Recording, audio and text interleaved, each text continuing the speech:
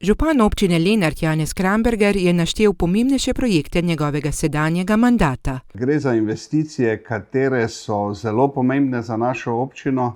Tukaj imam v mislih centralno čistilno napravo v mestu Lenart, katera bo v tem mestu začela proti koncu meseca s poskusnim obratovanjem in do prihodnjega leta mora biti tudi vsa papirologija zložena. To je velik projekt, 5 milijonov 700 tisoč evrov. To je veliko za našo občino in s tem celovito rešujemo odvajanje in čiščenje odpadnih voda v mestu Lenart in tudi delno v okolici. Naslednja zadeva so kolesarske poti, s katerimi bomo povezali 10 osrednje Slovenije goriških občin. In tukaj smo mi kot občina Lenart tudi nekako, ne bi želel uporabiti kakšnega preveč izraza, da smo tu bili, ampak lahko rečem, da smo bili nekako vodilna občina.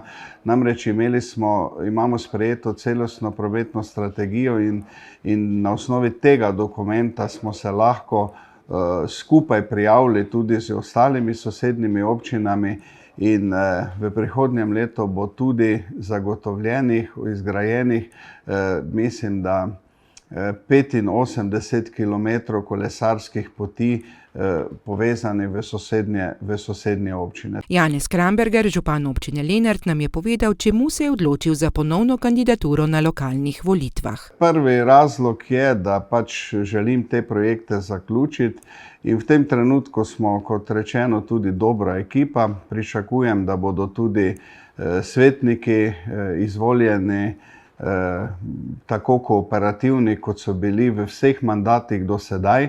Namreč v naši občini, to je sedaj moj 4. mandat, nikoli nismo imeli nobene koalicije. Mi smo se vedno skupaj pogovarjali, vse politične opcije, v tem trenutku jih je 7 v občinskem svetu in mi se skupaj dogovorimo, katere so tiste prioritete in tudi jih tudi potem izvedemo. Izpostavil je izzive, ki ga čakajo na začetku novega mandata, če bo izvoljen. Prvo je naša naloga, da te stvari dokončamo, zato bomo dobro leto še potrebovali.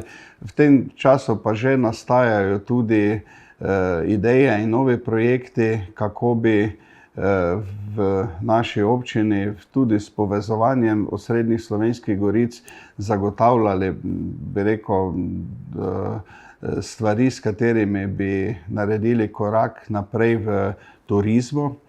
Osnovni cilj pa je seveda asistirati gospodarstvo, da bomo imeli delovna mesta, graditi infrastrukturo, da bodo možne tudi novogradnje, to imamo nekako stalnico, da se lahko gradi. Sedaj smo tik pred koncem sprejetja občinskega prostorskega načrta, s katerim umeščamo v prostor severno obvoznico mesta Lenart.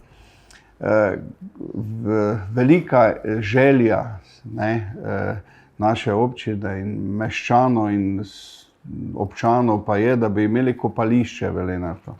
Zdaj pa seveda, veste, lahko je reči, da bi kopališče bomo imeli, ampak v tej energetski krizi, kateri smo priča, moramo seveda stvari postaviti zelo realno računice se morajo iziti. 20. novembra so lokalne volitve in takrat bo znano, ali se bo teh izzivov lotil prav on.